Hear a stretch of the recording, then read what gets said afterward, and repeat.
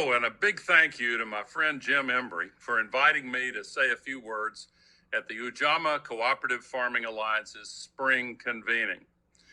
Jim, it really has been a joy to collaborate with you, and I'm tremendously grateful for your tireless and enthusiastic leadership. And I'm also incredibly impressed by the work of this entire alliance, and it really is an honor to be invited to speak with you today. I know full well that this alliance was formed out of urgent necessity as the COVID 19 pandemic forced all of us to confront the fragility of our food system at both the local and the global level.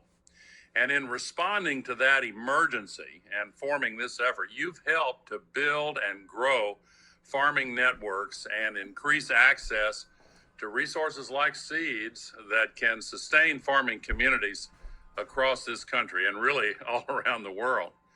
But you're also doing essential work to strengthen the resilience of our food system in the face of the most significant challenge facing humanity, the climate crisis.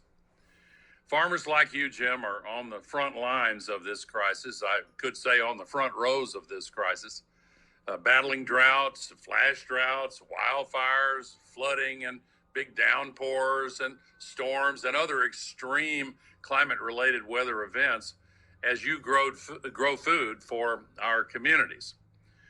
So the climate crisis is definitely a challenge that exacerbates food insecurity and hunger worldwide. We know that from observation and from the statistics. And unfortunately, in trying to better feed the world, some aspects of what's referred to as industrial agriculture has also helped to feed the climate crisis.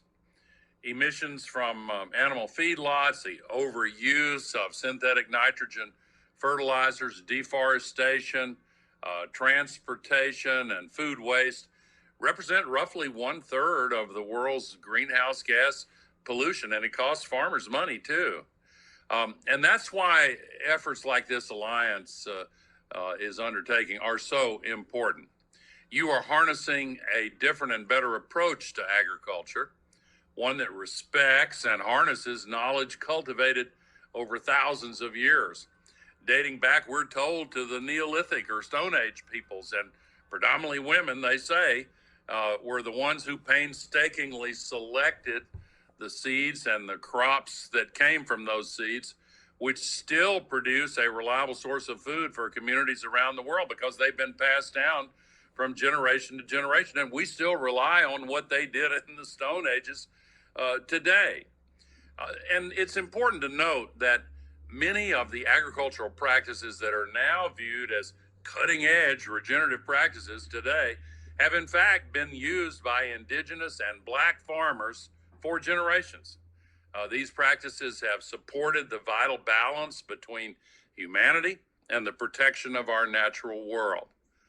Now they can help empower us to restore that balance by protecting the genetic diversity of our crops and making our crops more resilient and helping farmers adapt to the harsh impacts of our changing climate.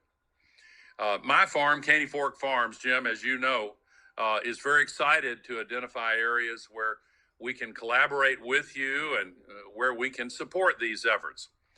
Our own approach focuses on regenerative agriculture, and we've been working over the past quite a few years to identify and trial seed varieties that can reduce and maybe eliminate the need for synthetic nitrogen fertilizers. I'm hoping that we can make that shift entirely. We've made progress, and I know from our experience, farmers can be a significant part of the solution to the climate crisis. And as you work toward a more sustainable future, you will be able to better support your businesses and your communities around the places where you live. Nothing links us together more powerfully to the earth, its rivers and soils than does food.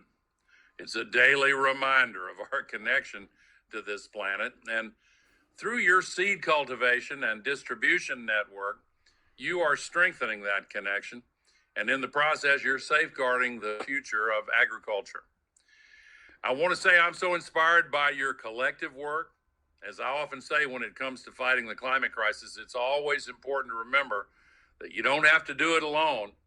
And I hope you're able to find fellowship at this spring convening. And I encourage you to find ways that you all can collaborate together to better the health of our planet. The future really is in our hands, so let's get to work. Thank you.